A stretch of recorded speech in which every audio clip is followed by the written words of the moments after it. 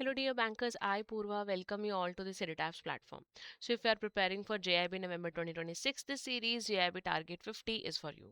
जहाँ पर कॉन्सेप्ट्स को इस तरीके से कवर किया जा रहा है कि आपके सिलेबस के most important topics cover up हो जाएं और आप अपने एग्जाम में एट लीस्ट 50 मार्क्स स्कोर कर पाएं if you watch all the videos of this series और आप रिवीजन करते हैं, प्रैक्टिस करते हैं, राइट।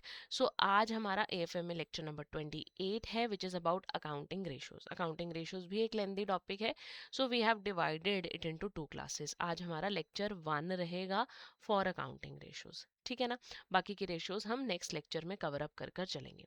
अब जिस तरीके से कंटेंट अंडरस्टैंडिंग आपके लिए इम्पॉर्टेंट है, सेम वे से आपके लिए एक स्ट्रक्चर्ड कोर्स का होना बहुत ज़रूरी है, क्योंकि एग्ज़ाम प्रिपरेशन करने के लिए आपके पास टाइम की काफ़ी शॉर्टेज है। तो एक स्ट्रक्चर्ड कोर्स आपके लिए होना बहुत ज़रूरी है, जिसको आप अवेल कर सकते हैं फ्रॉम एड्यूटैप, ठीक है ना। तो एड्यूटैप से आप एक स्ट्रक्चर्ड कोर्स अवेल कर सकते हैं और उस स्ट्रक्चर्ड कोर्स का नाम है एड्यूटैप का मास्टर कोर्स, ठीक है ना। वन स्टॉप सॉल्यूशन कोर्स है जहाँ पर सारी ही तैयारी आपकी यहाँ पर एक ही साथ और पक्के वाली तैयारी हो जाएगी। अब एकदम से मास्टर कोर्स में इन्वेस्ट कैसे करें, है ना।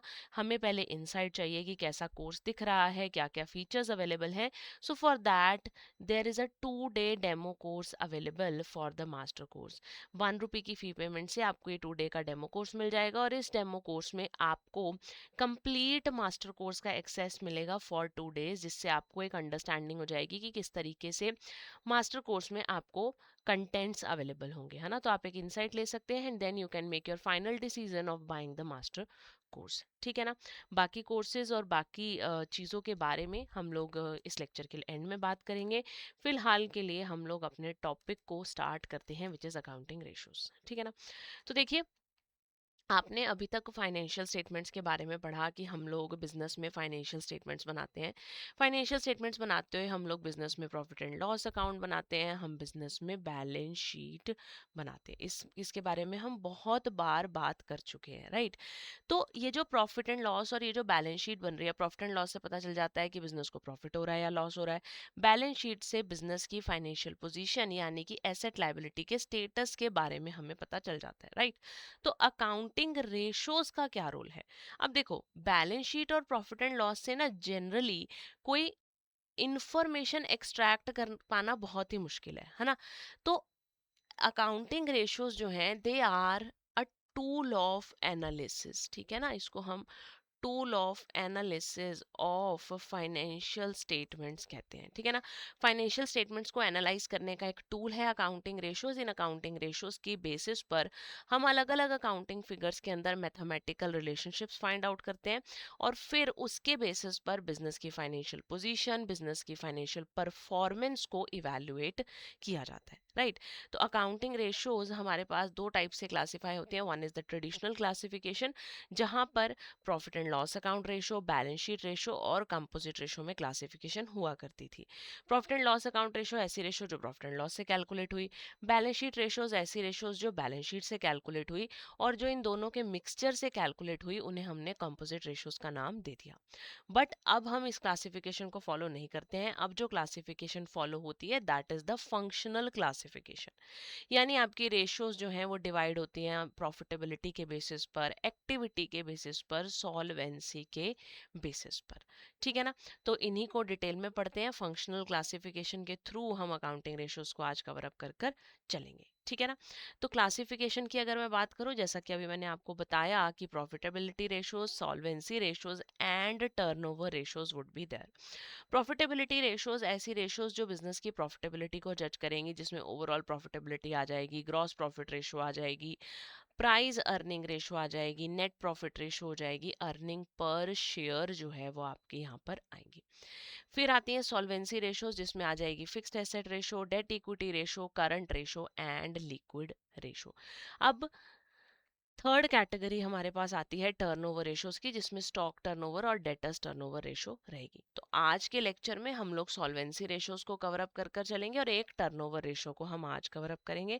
बाकी की profitability and the second turnover ratio जो है वो नेक्स्ट लेक्चर में डिस्कस हो जाएगी, ठीक है ना।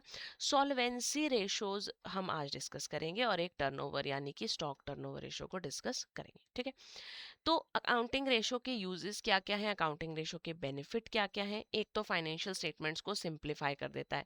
फाइनेंशियल स्टेटमेंट्स के रिजल्ट्स को एक्सट्रैक्ट करने के बाद उनका जब एनालिसिस किया जाता है तो यूजिंग द अकाउंटिंग रेशोज जो भी स्टेक होल्डर्स हैं बिजनेस के उनके लिए डिसीजन मेकिंग काफ़ी ईजी हो जाती है, दैट दे कैन जज कि how the business is performing, ठीक है ना। इंटर फर्म कंपैरिजन के लिए यानी दो बिजनेसेस को अगर मुझे कंपेयर करना हो तो उनको अकाउंटिंग रेशोज के बेसिस पर कंपेयर किया जा सकता है। Intra firm with in the firm comparison के लिए दो सेगमेंट्स, एक ही बिजनेस की दो अलग अलग सेगमेंट्स को कंपेयर करने के लिए भी अकाउंटिंग रेशोज को यूज़ किया जाता है। And for planning accounting ratios काफ़ी हेल्पफुल रहती हैं, बिकॉज अकाउंटिंग रेशोज जो है वो पास्ट डाटा पर बेस्ड है और पास्ट डेटा के ऊपर जो बेस्ड फाइनेंशियल अकाउंटिंग रेशोज हैं उनको यूज़ किया जाता है in the future decision making, है ना। जब भी डिसीजन मेकिंग की जाती है वो पास्ट एनालिसिस पास्ट ट्रेंड्स के बेसिस पर ही की जाती है, तो प्लानिंग में भी अकाउंटिंग रेशोज काफ़ी हेल्प कर कर चलती है। क्लियर। आगे बढ़ते हैं। लिमिटेशंस क्या हैं अकाउंटिंग रेशो की, तो सबसे बड़ी लिमिटेशन है कि कंपैरिजन चाहिए, ठीक है ना। रेशो का यूज तभी है अगर आप उसको दो पीरियड्स का कंपेयर करो यानी 2 ईयर्स को कंपेयर करो, या फिर आप किसी सिमिलर फर्म के साथ अपनी फर्म की रेशोज को कंपेयर करो, तभी बेनिफिट है। आपने अपने बिजनेस की रेशो निकाल दी, सॉल्वेंसी मान लो आपने करंट रेशो निकाल दी, करंट रेशो निकालने के बाद क्या करें, उसका कोई यूज नहीं है, ठीक है ना। और जब भी हम लोग कैलकुलेशन करते हैं, कंपैरिजन करते हैं, तो यू नो दैट हमेशा एप्पल टू एप्पल कंपैरिजन होता है ना। तो अगर मैं दो अलग अलग टाइप के बिजनेसेस, मतलब मान लो कि एक मेरा ऑटोमोबाइल बिजनेस है और दूसरा मेरा बिजनेस कहीं मेडिसिन से रिलेटेड फार्मास्यूटिकल बिजनेस है, तो इन दोनों बिजनेस की अगर मैं रेशोज को कंपेयर करूंगी तो वो भी मेरे लिए एक रॉन्ग कंपैरिजन अप्रोच होगी, ठीक है जी। फिर लिमिटेशंस ऑफ फाइनेंशियल स्टेटमेंट, क्योंकि अलग अलग बिजनेसेस की अलग अलग तरीका होता है फाइनेंशियल स्टेटमेंट्स बनाने का, they adopt different kind of accounting policies, जिसकी वजह से कंपैरिजन जो है वो कर पाना मुश्किल हो जाता है। नॉन फाइनेंशियल चेंजेस हर बिजनेस के अंदर होते हैं जो कि फाइनेंशियल स्टेटमेंट्स में रिकॉर्ड नहीं किए जा सकते हैं, तो उसकी वजह से भी फाइनेंशियल स्टेटमेंट्स के ऊपर काफ़ी इम्पैक्ट आता है ना, और रेशोज जो है वो एक इनकरेक्ट जो है आपको रिजल्ट या आउटपुट देकर फिर चलती है। रेशोज अकेली इनएडिक्वेट है, रेशोज सिर्फ और सिर्फ इंडिकेटर हैं और उनको फर्दर एनालिसिस के लिए यूज मतलब उनको नहीं किया जा सकता, ठीक है ना। आपने रेशो निकाली, आपने रेशो लेट से वही बात कर लेते हैं कि आपने करंट रेशो निकाली, आपकी करंट रेशो 3:1 आई, और हमें पता है कि आइडियल करंट रेशो 2:1 है, ठीक है। तो अब ये 3:1 आ गई, तो ये जस्ट एक इंडिकेशन है कि बिजनेस में करंट एसेट्स जो हैं वो करंट लायबिलिटी के कंपैरेटिवली बहुत ज़्यादा है। आगे हम इसमें कुछ भी नहीं कर सकते हैं, कोई और एनालिसिस कोई और इंटरप्रिटेशन यहाँ से निकल कर नहीं आ रही है, ठीक है। कुछ और लिमिटेशंस जैसे विंडो ड्रेसिंग, विंडो ड्रेसिंग का मतलब क्या है। देखिए, जब भी आप किसी शॉप को विजिट करते हैं तो जो बाहर उनके मैनिक्विन्स लगे होते हैं उसके ऊपर बेस्ट आर्टिकल्स प्रेजेंटेड होते हैं, चाहे वो शॉप किसी भी लेवल की हो, है ना। तो विंडो ड्रेसिंग की जाती है, उसे विंडो ड्रेसिंग बोला जाता है। विंडो ड्रेसिंग की जाती है कि आप बाहर से बहुत सुंदर दिखाते हो हर चीज़ को, अंदर आपके पास क्या अवेलेबल है या नहीं है, that is a very very far concept, है ना। तो विंडो ड्रेसिंग का मतलब क्या है कि जो बिजनेस की फाइनेंशियल स्टेटमेंट्स बनाई जाती हैं उसमें अकाउंट्स को मैनिपुलेट किया जाता है, बिजनेस के इम्पॉर्टेंट इंफॉर्मेशन वाइटल फैक्ट्स को छुपाया जाता है ताकि बिजनेस अच्छा दिखे। और अगर उसी डेटा के बेसिस पर हम अकाउंटिंग रेशोज की कैलकुलेशन कर रहे हैं तो वो अकाउंटिंग रेशोज की कैलकुलेशन भी एक तरीके से करेक्ट जो प्रेजेंटेशन है वो नहीं देगी, है ना। फिर price level changes, ratio analysis जो है वो आपको मिसलीडिंग रिजल्ट्स देगा अगर आपके प्राइस लेवल चेंजेस हो रहे हैं, प्राइस में काफ़ी चेंजेस हो रहे हैं सोसाइटी में और उन चेंजेस को कंसीडर नहीं किया जा रहा है ना। क्योंकि देखो, फाइनेंशियल स्टेटमेंट्स जो बनाई जाती हैं वो हिस्टोरिकल डेटा के ऊपर बेस्ड बनाई जाती हैं, और हिस्टोरिकल डेटा पर बेस्ड फाइनेंशियल स्टेटमेंट्स आपको एक्चुअल रिजल्ट्स नहीं दे पाएंगी, है ना। और कोई फिक्स स्टैंडर्ड्स नहीं है आइडियल रेशो के, हर बिजनेस हर इंडस्ट्री में अलग टाइप से आइडियल रेशो जो है वो कैलकुलेट होगी, राइट। नेक्स्ट मेरे पास आता है कंसेप्ट सॉल्वेंसी रेशोज का, जो हमारी फर्स्ट टाइप की रेशोज हमने आज पढ़नी है। सॉल्वेंसी रेशोज क्या होती हैं? सॉल्वेंसी रेशोज का मतलब होता है ऐसी रेशोज जो आपको ये बताएंगी कि बिजनेस की लिक्विडिटी पोजीशन कैसी है, बिजनेस के पास कैश अवेलेबिलिटी कैसी है। ठीक है ना? किस लिए कैश अवेलेबिलिटी को देखना है, किस लिए लिक्विडिटी पोजीशन को देखना है? कि क्या बिजनेस अपनी long term debt, long term financial obligations को मीट कर पाएगा या नहीं कर पाएगा। क्या बिजनेस के पास इतना सफिशिएंट कैश अवेलेबल है कि वो अपने लॉन्ग टर्म लायबिलिटीज को कवर अप कर पाए। ये हमें किससे पता चलता है? ये हमें पता चलता है with the help of solvency ratios. ठीक है ना? तो जितनी ज़्यादा सॉल्वेंसी रेशो होगी, इसका मतलब उतनी बेटर लिक्विडिटी है बिजनेस की, और जितनी कम सॉल्वेंसी रेशो होगी, इसका मतलब बिजनेस में कैश की कमी है। बिजनेस मतलब देर आर हाई चांसेस कि बिजनेस अपनी जो लाइबिलिटीज हैं, जो अपनी डेट ऑब्लिगेशंस हैं, उनको पूरा नहीं कर पाएगा। ठीक है ना? सॉल्वेंसी रेशोज मेरे पास दो तरीके से आ गई, एक मेरे पास आ गई लॉन्ग टर्म सॉल्वेंसी और एक आ गई मेरे पास शॉर्ट टर्म सॉल्वेंसी रेशो। ठीक है ना? तो सबसे पहली रेशो को डिस्कस कर लेते हैं, करंट रेशो, जिसका फॉर्मूला क्या रहेगा? Current assets over current liabilities. अब आपको पता है करंट एसेट्स क्या होती हैं? ऐसी एसेट्स जो बिजनेस में 12 महीने से कम टाइम पीरियड के लिए रहेंगी, यानी ऐसी एसेट्स जो कि 12 मंथ्स के अंदर अंदर कैश में कन्वर्ट कर दी जाती हैं, तो उन्हें क्या बोला जाता है? करंट एसेट्स बोला जाता है। करंट एसेट्स में आपके पास कैश आ जाएगा, प्रीपेड एक्सपेंसेस आ जाएंगे, और बाकी सारी एसेट्स जो एक बिजनेस के नॉर्मल ऑपरेशन साइकिल में जो है वो कैश में कन्वर्ट कर दी जाती है। एक पॉइंट यहाँ पर यह है कि अगर कोई बुक डेट्स हैं जो कि 6 महीने से ज़्यादा के लिए आउटस्टैंडिंग है, तो उन्हें हम करंट एसेट्स में इंक्लूड नहीं करते हैं, और साथ ही साथ जो लूज टूल्स हैं वो हमारे यहाँ पर इंक्लूड नहीं होते हैं। लूज टूल्स तो वैसे भी आपके नॉन करंट एसेट्स का पार्ट रहते हैं। करंट लाइबिलिटीज जिन्हें आप 12 महीने के अंदर अंदर, एक ईयर के अंदर अंदर रीपे कर दोगे। अब ये रेशो हमें क्या बताती है? इस रेशो की सिग्निफिकेंस क्या है? तो ये रेशो ये बताती है कि बिजनेस अपनी शॉर्ट टर्म लायबिलिटीज को किस तरीके से कवर अप कर पाएगा। जितनी ज़्यादा ये रेशो होगी, अगर ये रेशो ज़रूरत से ज़्यादा होती है, यूजुअली हम इसकी आइडियल रेशो जो है वो ये लेकर चलते हैं कि इसकी आइडियल रेशो है 2:1। ठीक है ना? यानी कि करंट एसेट्स जो है वो करंट लायबिलिटीज से डबल लेवल पर एग्जिस्ट कर रही हैं। ठीक है ना? तो अगर ये रेशो जरूरत से ज्यादा होती है, जैसे 4:1, 6:1, इस तरीके से है, तो इसका मतलब बिजनेस में बहुत ज्यादा करंट एसेट्स पड़ी हुई हैं, बहुत ज्यादा फंड पड़ा हुआ है बिजनेस के अंदर, जो कि उसका वेस्ट हो रहा है, इनएडिक्वेटली यूज किया जा रहा है। ठीक है ना? और अगर ये रेशो कम होगी, तो इसका मतलब, इसका इंडिकेशन क्या है? कि बिजनेस अपनी डे टू डे लायबिलिटीज की भी पेमेंट नहीं कर पा रहा है। ठीक है जी? करंट रेशो के बाद आती है लिक्विडिटी रेशो, या जिसको हम क्विक रेशो भी बोलते हैं। Formula liquid assets by current liabilities. अब लिक्विड एसेट्स कैसे निकलेंगी? तो लिक्विड एसेट्स का मतलब है, जैसे अभी हमने बात की करंट एसेट्स जो कि 12 मंथ्स के अंदर अंदर कन्वर्ट हो जाती हैं कैश में, लिक्विड एसेट्स उनसे भी जल्दी कन्वर्ट होने वाली एसेट्स हैं। ठीक है ना? करंट एसेट से भी जल्दी जो एसेट्स कैश में कन्वर्ट हो जाती हैं, उन्हें क्या कहा जाता है? लिक्विड एसेट्स कहा जाता है। फॉर्मूला क्या रहेगा? Current assets minus prepaid expenses. ठीक है ना? वो आपके लिए क्या हो जाएगी? वो आपके लिए लिक्विड एसेट्स हो जाएंगी। और साथ ही साथ आप इसमें से इन्वेंट्रीज को भी माइनस कर दोगे, क्योंकि प्रीपेड एक्सपेंसेस तो कैश में कन्वर्ट होने ही नहीं वाले हैं, वो तो आपने एडवांस पेमेंट कर रखी है। और इन्वेंट्रीज जो है आपकी, इन्वेंट्री को कैश में कन्वर्ट होने में थोड़ा टाइम लगता है ना? तो इसलिए लिक्विड एसेट्स का पार्ट आपके ना तो प्रीपेड एक्सपेंसेस रहेंगे, ना आपकी इन्वेंट्री रहेगी। करंट लायबिलिटीज आपको पता है जो 1 साल के अंदर अंदर रीपे कर दी जाती है। अब इस रेशो की इंपॉर्टेंस, सिग्निफिकेंस, यूज केस क्या है? तो ये आपको बताती है बिजनेस की शॉर्ट टर्म सॉल्वेंसी के बारे में, और साथ ही साथ आपको, अगर आप करंट और क्विक रेशो को कंपेयर करते हो, तो आपको ये पता चलता है कि बिजनेस में इन्वेंट्री होल्ड अप कितना है, कितनी इन्वेंट्री ये बिजनेस संभाल संभाल कर रख रहा है। ये आपको इन दोनों रेशो के कंपैरिजन से पता चलता है। ठीक है ना? नेक्स्ट रेशो आ जाएगी fixed assets ratio. Fixed assets ratio का formula fixed assets divided by long term funds. अब देखो अभी तक हमने जो दोनों रेशोस पढ़ी वो शॉर्ट टर्म सॉल्वेंसी की बात कर रही थी। अब जो हम रेशो पढ़ रहे हैं ये बात कर रही है लॉन्ग टर्म सॉल्वेंसी की। तो इसका फॉर्मूला में लॉन्ग टर्म फंड्स जो है वो डिनोमिनेटर में आ गए।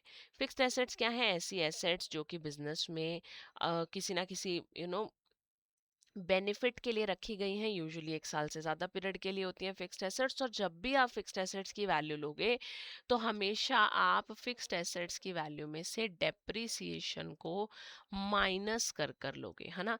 यानी कि आप फिक्स्ड एसेट्स की कौन सी वैल्यू लोगे? नेट फिक्स्ड एसेट्स की वैल्यू को आप कंसीडर करोगे। और साथ ही साथ जो ट्रेड इन्वेस्टमेंट्स अगर आपने कर रखे हैं, चाहे आपने सब्सिडरी कंपनी के शेयर्स खरीदे हुए हैं, वो भी आपके फिक्स्ड एसेट्स का पार्ट रहेगा। लॉन्ग टर्म फंड्स में आ जाएगी share capital, reserves and long term loans या लॉन्ग टर्म डेट जो है, लॉन्ग टर्म लायबिलिटी जो है, वो आपकी लॉन्ग टर्म फंड्स का पार्ट रहेंगी। ठीक है जी। अब ये रेशो क्या बताएगी? तो ये रेशो ये बताएगी अगर ये रेशो 1 से कम है या 1 से ज्यादा है, उस बेसिस पर ये रेशो आपको कुछ बताकर जाएगी, है ना। अगर ये रेशो 1 से कम है, 1 से कम है का मतलब क्या है? ठीक है ना। लेस देन 1 का क्या मतलब है? लेस देन 1 का मतलब है कि फिक्स्ड एसेट्स जो हैं वो कम है और लॉन्ग टर्म फंड्स जो हैं वो बिजनेस में ज्यादा है। आपको याद होगा हमने अभी लास्ट 2-3 लेक्चर्स पहले एक फाइनेंशियल डिसीजंस की बात की थी। वहां पर हमने पढ़ा था कि जो है ना एसेट लायबिलिटी मिसमैच नहीं होना चाहिए, है ना। रिकॉल किया आपने कि एसेट लायबिलिटी मिसमैच नहीं होना चाहिए, कि लॉन्ग टर्म फंड्स से हमें हमेशा फिक्स्ड एसेट्स प्रोक्योर करनी है, शॉर्ट टर्म फंड से हमें हमेशा करंट एसेट्स को प्रोक्योर करना है। ये क्रॉस में नहीं जाना चाहिए, है ना। अब क्यों नहीं जाना चाहिए? क्योंकि अगर मैं शॉर्ट टर्म फंड्स से फिक्स्ड एसेट्स को प्रोक्योर कर लेती हूँ तो क्या होगा? मेरी फिक्स्ड एसेट्स कैश में कन्वर्ट नहीं होने वाली हैं with in a year, right. मेरी फिक्स्ड एसेट्स कैश में कन्वर्ट नहीं होने वाली है, लेकिन शॉर्ट टर्म फंड्स मुझे with in a year repay करने हैं। तो इसलिए यहाँ पर दिक्कत समस्या खड़ी हो जाएगी। तो इसीलिए शॉर्ट टर्म फंड से करंट एसेट्स प्रोक्योर की जाए ताकि करंट एसेट्स कैश में कन्वर्ट हो जाए और वही कैश यूज कर कर हम शॉर्ट टर्म फंड्स जो हैं उनको रीपे कर दे, राइट। तो अगर मेरी फिक्स्ड एसेट्स जो है वो लॉन्ग टर्म फंड्स से कम है, इसका मतलब लॉन्ग टर्म फंड्स का, इसका मतलब क्या है कि लॉन्ग टर्म फंड्स का क्या यूज किया गया? एक तो फिक्स्ड एसेट्स को खरीदने में, और बाकी के लॉन्ग टर्म फंड से हमने क्या खरीद लिए हैं? Current assets. तो ये तो बहुत ही अच्छी सिचुएशन है कि हमारी वर्किंग कैपिटल का कुछ पार्ट ऐसा है जो कि फिक्स्ड नेचर का है, जिसको कैश में कन्वर्ट करने की जल्दी हमें नहीं है। ठीक है। और दूसरी सिचुएशन क्या है कि जब ये रेशो 1 से ज्यादा है, ये रेशो 1 से ज्यादा है यानी मेरी fixed assets long term fund से ज्यादा है। इसका मतलब लॉन्ग टर्म फंड से मैंने फिक्स्ड एसेट्स खरीदी, ठीक है, पर पूरी बात नहीं बनी। तो मैंने फिक्स्ड एसेट्स को खरीदने के लिए शॉर्ट टर्म फंड्स का या शॉर्ट टर्म सोर्सेस का भी यूज किया, जो कि एक डिजायरेबल सिचुएशन नहीं है, बिकॉज ये एसेट लायबिलिटी मिसमैच हो जाएगा और आप अपनी शॉर्ट टर्म फंड्स को रीपे नहीं कर पाओगे, because you have procured fixed assets from those funds. Clear है आपको ये बात? आगे चलते हैं। नेक्स्ट हमारे पास रेशो जो है that is the debt equity ratio. Debt equity नाम से पता चल रहा है, डेट अपॉन इक्विटी इसका फॉर्मूला रहेगा, या इसको आप कह दो external liability equities upon internal equities. Long term debt over long term funds, long term debt over share holder fund, किसी भी तरीके से आप इसको फॉर्मूला में लगा सकते हो। अब external equity outside liability, internal equity share holder fund, ये तो हमें पता ही है। अब ये रेशो हमें क्या बताती है? तो ये रेशो हमें ये बताती है कि ये रेशो सेटिस्फैक्टरी लेवल पर कब आएगी? जब ये दोनों बराबर होंगे, डेट और इक्विटी जो है वो बराबर होंगे। बहुत ज़्यादा बोरोड फंड बिजनेस के अंदर अगर खरीदे जाएं तो उसे भी हम गलत नहीं कहेंगे, बिकॉज जो है बिजनेस को इन्वेस्टमेंट की ज़रूरत है फिक्स्ड एसेट्स में, और वो उन फिक्स्ड एसेट्स में मनी को इन्वेस्ट करने के लिए लॉन्ग टर्म फंड्स को बोरो कर रहा है। ठीक है ना। तो प्रेफरेंस शेयर्स जो कि आपके 12 साल के अंदर रिडीम होने वाले हैं, उनको भी हम डेट का पार्ट मानते हैं, इक्विटी का पार्ट नहीं मानते। ठीक है ना। डेट इक्विटी रेशो क्लियर हो गई आपको। अब हम एक दो क्वेश्चंस की प्रैक्टिस कर लेते हैं कि न्यूमेरिकल्स कैसे सॉल्व किए जाएंगे for the debt sorry different kinds of ratios, है ना। करंट रेशो आपको 4:1 दी हुई है, नेटवर्किंग कैपिटल 30,000 दी हुई है और आपको करंट एसेट्स का अमाउंट निकालने के लिए बोला है। तो देखिए नेटवर्किंग कैपिटल का फॉर्मूला क्या है। नेटवर्किंग कैपिटल मुझे दी हुई है 30,000। इसका फॉर्मूला है current assets minus current liabilities. ठीक है ना। अब मुझे करंट रेशो 4:1 गिवन है, तो वो भी लिख लेते हैं। Current ratio equals to 4:1। Current ratio का फॉर्मूला होता है current assets by current liabilities which is equal to 4/1। तो करंट एसेट्स मेरे पास कितनी आ गई, 4 टाइम्स करंट लायबिलिटीज। ठीक है, यही वाली वैल्यू यहाँ सब्स्टिट्यूट कर दे। करंट एसेट्स क्या है, 4 times current liabilities minus current liabilities equals to 30,000। तो 3 times current liabilities equals to 30 और करंट लायबिलिटीज मेरे पास कितनी आ जाएंगी इस हिसाब से 10,000 आ जाएंगी। अब यही करंट लायबिलिटीज वाली वैल्यू जब यहाँ सब्स्टिट्यूट की जाएगी तो यानी कि current assets is equal to 4 time current liability 4 times 10,000, यानी कि मेरी करंट एसेट्स कितनी आ गई, मेरी करंट एसेट्स आ गई मेरे पास 40,000 रुपीज की। क्लियर है। चलिए आगे बात करते हैं। एक और क्वेश्चन है कैलकुलेट द करंट रेशियो, जहां पर आपको टोटल एसेट्स गिवन है, नॉन करंट लायबिलिटीज गिवन है, शेयर होल्डर फंड गिवन है, नॉन करंट एसेट्स गिवन है, फिक्स्ड एसेट्स और नॉन करंट इन्वेस्टमेंट। बट आपको कहीं पर भी करंट एसेट्स और करंट लायबिलिटीज नहीं गिवन है, तो आपको दोनों ही कैलकुलेट करनी पड़ेंगी। अब देखिए टोटल एसेट्स का मतलब क्या होता है। टोटल एसेट्स में तो सारी एसेट्स आएंगी ना। टोटल एसेट में आपकी करंट एसेट्स भी आएंगी, टोटल एसेट्स में आपकी जो है फिक्स्ड एसेट्स भी आएंगी, है ना। तो टोटल एसेट्स कैसे आपके कैलकुलेट होंगे, टोटल एसेट्स का मतलब है fixed assets plus non current investment plus current assets, है ना। तो टोटल एसेट्स आपको कितनी गिवन है, टोटल एसेट्स आपको गिवन है 3 लाख। फिक्स्ड एसेट्स कितनी गिवन है, फिक्स्ड एसेट्स गिवन है 1,60,000। Non current investment are 1 lakh और करंट एसेट्स आपको निकालनी है। ठीक है ना। तो ये आ जाएगा 260।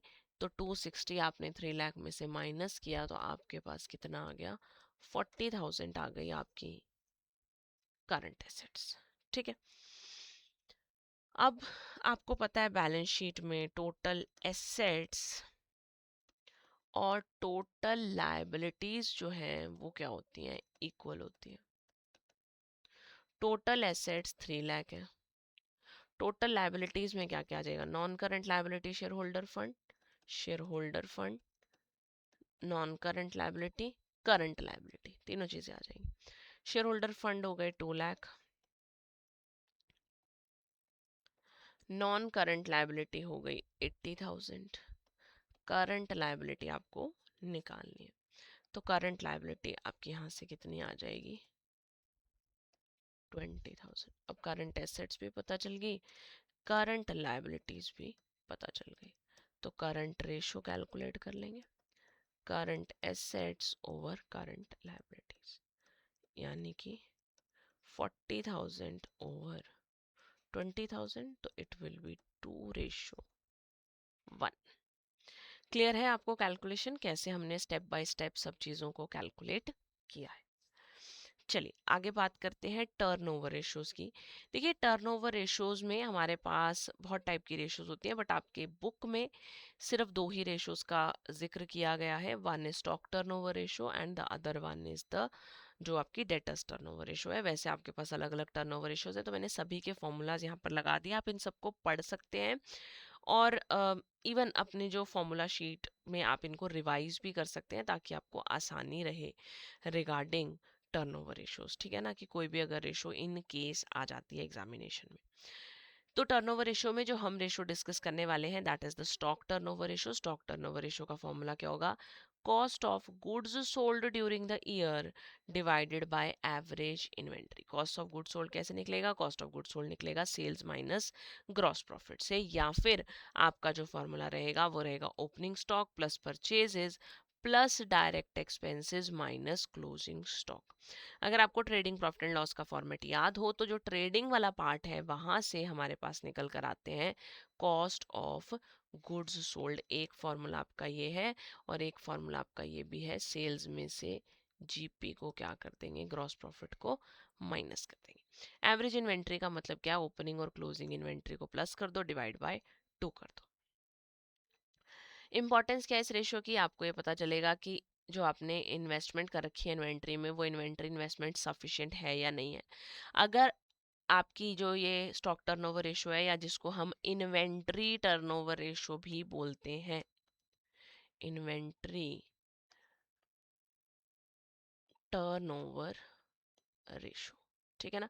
अगर आपकी ये जो स्टॉक टर्नओवर रेशियो है ये हाई है, तो इसका मतलब क्या है कि आपकी सेल्स बहुत फास्ट है, आपकी इन्वेंट्री बहुत जल्दी सेल्स में कन्वर्ट हो जाती है। अगर आपकी ये रेशियो कम है तो इसका मतलब आपके पास ओवर स्टॉकिंग है, आपके या आपके प्रोडक्ट्स ओवर वैल्यूड हैं, जिसकी वजह से आपकी इन्वेंट्री ब्लॉक्ड है, आपकी इन्वेंट्री सेल नहीं हो पा रही है, ठीक है ना। सो यही रेशोज हमने आज करनी थी, जैसा कि मैंने आपको इस लेक्चर की स्टार्टिंग में भी बताया कि आज हम सॉल्वेंसी रेशोज और स्टॉक टर्नओवर रेशो को डिस्कस करेंगे। नेक्स्ट जो हमारे पास टाइप ऑफ रेशोज बची हैं जिसमें प्रॉफिटेबिलिटी रेशोज हैं और साथ ही साथ आपकी एक डेटर्स टर्नओवर रेशो रह गई है, वो हम नेक्स्ट लेक्चर में डिस्कस कर कर चलेंगे। So this is the summary sheet you can use to revise your accounting ratios first part, जिसमें हमने आज क्लासिफिकेशन की बात की, यूजेस की बात की, लिमिटेशंस की बात की, और फिर हमने long term short term solvency ratios पढ़ी, और साथ ही साथ एक टर्नओवर रेशियो हमने पढ़ी which is the stock turnover ratio. Clear? तो न्यूमेरिक क्वेश्चंस की प्रैक्टिस कर लेते हैं। क्वेश्चन नंबर 1 क्या है? A firm has a current assets of 3 lakh and current liabilities of 1,50,000. It purchases machinery worth rupees 60,000 by paying cash.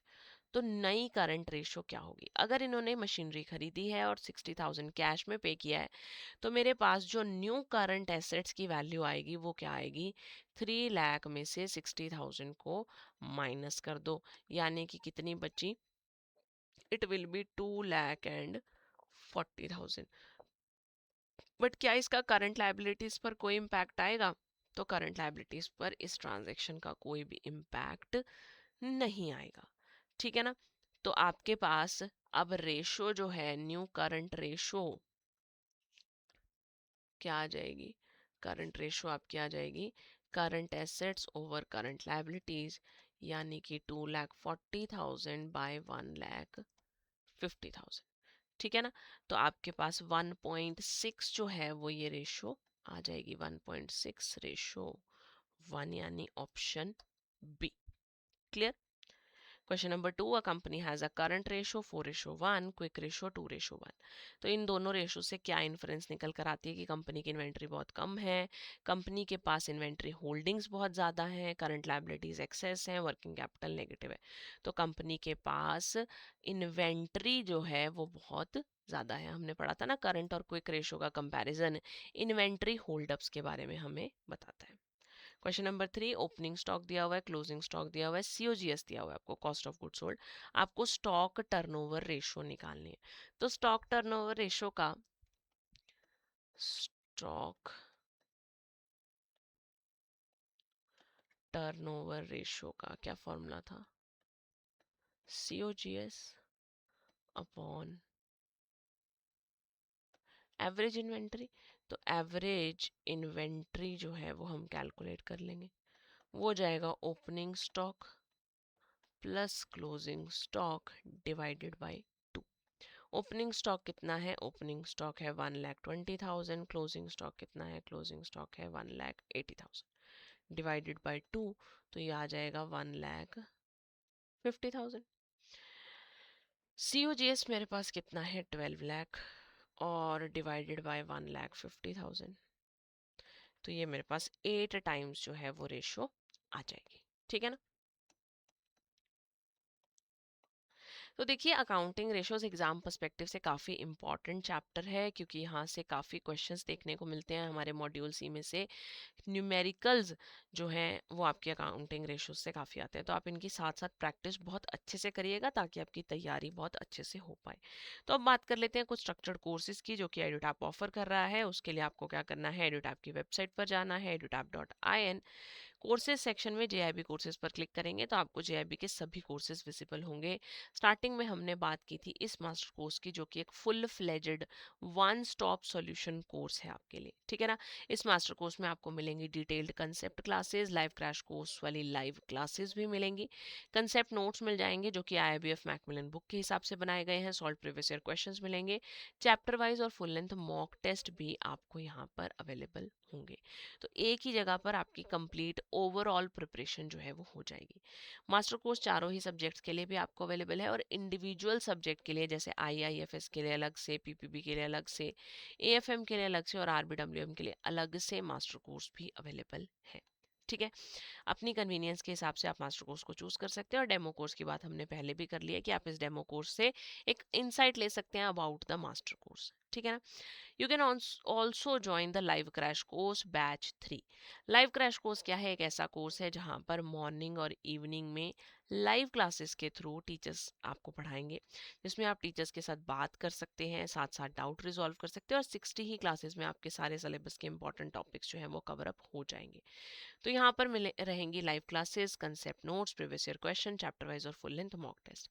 Live class miss हो जाने पर आप उसका रिकॉर्डेड वर्जन देख सकते हैं। Then there is also a test series जिसमें आपको हर एक सब्जेक्ट के चैप्टर वाइज और फुल लेंथ मॉक टेस्ट मिल जाएंगे। This is for a situation कि अगर आपकी तैयारी हो चुकी है तो आप टेस्ट सीरीज के थ्रू जो है वो अपनी प्रैक्टिस बहुत अच्छे से कर सकते हैं। तो अपनी कन्वीनियंस के हिसाब से जल्दी से कोर्स को चूज कर लो ताकि आपका नवंबर अटेम्प्ट जो है वो आसानी से सिक्योर हो पाए। प्रिवेलेंट डिस्काउंट कूपन जो भी अवेलेबल है इसे लगाना नहीं भूलेंगे ताकि आपको मैक्सिमम डिस्काउंट अवेलेबल हो पाए और ये कोर्सेज थोड़े से और अफोर्डेबल हो जाए।